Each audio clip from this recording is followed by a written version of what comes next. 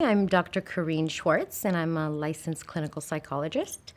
I went to school at USC for my BA and then did my master's and doctorate at a school called Alliant International University, and done quite a few internships and fellowships at Berkeley Mental Health, and trained physicians at Harbor UCLA, and I currently have a private practice at Cedars-Sinai. Obesity is a huge, huge problem today. 1 in 3 adults and 1 in 6 children and adolescents qualify as being obese today in the United States. So it's a big problem medically, psychologically, economically. It's a huge problem that affects pretty much every area of our society. Is obesity a disease? I believe that it is a disease, similar to depression, anxiety, OCD. Typically, people that are obese or morbidly obese struggle with diabetes, hypertension. They could be at higher risk for stroke. And similarly, the way that certain medications can help situations like depression, they can also help certain issues related to obesity. Patients are usually in a very vulnerable and I want to say almost desperate place when they seek me out. They've usually done multiple diets, whether that be the Jenny Craig's Weight Watchers and so forth. They've tried a lot of medications to help as well. And they've gotten to a place where they really feel like they either have to deal with the underlying issues psychologically, or they might be mandated because of wanting to go into bariatric surgery. So they come to me also for the psychological evaluation of the surgery. I start usually by trying to figure out what their relationship with food is. For a lot of people, it's really been a lifelong struggle. They see it as their best friend, their number one life partner. It's really their way to cope with their feelings. And I try to kind of look at it as when you're a baby and you cry, what does a mother give you? She gives you her breast or a bottle in order to soothe you. So for many people, they never really learn how to use anything but food to cope with their feelings. Not everybody that's overweight is addicted to food, but a large majority is. They're also needing more to get the same effect, which is also similar to drug addiction. So people that are addicted to certain combinations of sugars and fats need more to get the same effect in their brain. There's been a lot of studies done on serotonin and dopamine, and that certain combinations of chocolates, fats, sugars have the same effects as cocaine and marijuana do on the brain.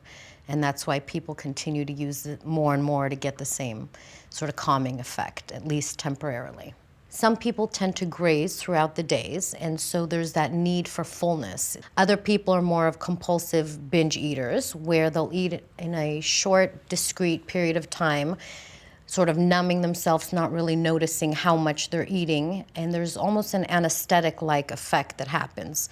But if you're using food in the way a typical addict uses drugs and alcohol, it's a problem. They celebrate with food, they mourn with food, they grieve with food. It becomes a friend to them, it becomes a companion, it becomes something they go to in order to cope. And in my practice, especially after bariatric surgery, what happens, there's a lot of transfer of addiction that happens. So when food is no longer an option, people turn to sex or drinking or shopping and other addictions, if you will, to deal with those feelings. People that struggle with their weight or have an unhealthy relationship with food oftentimes have a very low self-esteem or self-concept. And it's the idea of food not judging you, not talking back to you, accepting you unconditionally. And again, being accessible 24/7. And so people will tend to go to what they know and what's familiar and what's available. It's just like giving a rat a certain cocaine and they'll press the lever again and again and again. And we see that with people that are addicted to food. And so when people are dealing with anxiety and depression and low self-esteem, they will want to do whatever they can to get that instant gratification. And there's a lot of impulse control issues that come with that as well.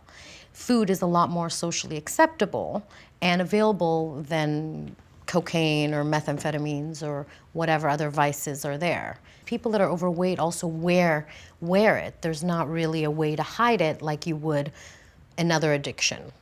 When it comes to the different genders, there are significant differences. There's a lot more social stigma for women when they struggle with their weight. When you open up a magazine, you'll see what is considered socially acceptable physical body for a woman versus for a man. Men also have a much harder time coming for help and dealing with the underlying issues. When I hear a man tell me, I'm feeling very sad, I know that he's really gotten to a place that it's a very vulnerable place for him. Part of what I use in therapy in order to try to erase that social stigma is really looking at everybody on an individual basis and really getting them to also look at their life on an individual basis. It's not easy when people have been raised to believe that their sense of identity and sense of worth is based on a weight or a number on a scale. And the more weight that somebody has to lose, the more set their belief system is. It's sort of analogous to if you're climbing this mountain and you say, I'm never ever going to get to the top, why even take 2 or 3 steps to get there? It's very hard for people to conceptualize goals on a short-term basis when they have a significant amount of weight to lose. And so what I find people will do is they'll sabotage themselves. People obviously want to lose the weight, but it's almost like, what am I going to do when this is no longer an issue for me? What will be the focus then? What's to blame then? When I don't have a relationship or when I don't get the job that I want. I can't blame it on being overweight anymore. You ask yourself, why is it that one child will struggle with food but another one won't?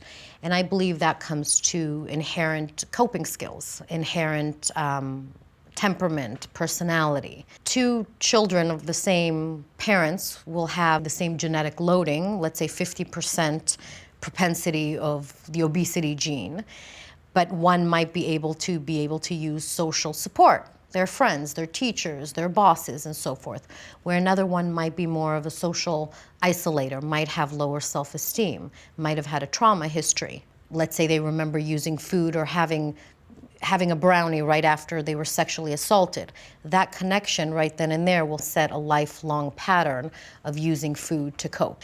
Oftentimes I find people that were overweight as children will continually see themselves as overweight. And so there's that distorted body image. With childhood or adolescent obesity, there's a lot of stigma. There could be bullying.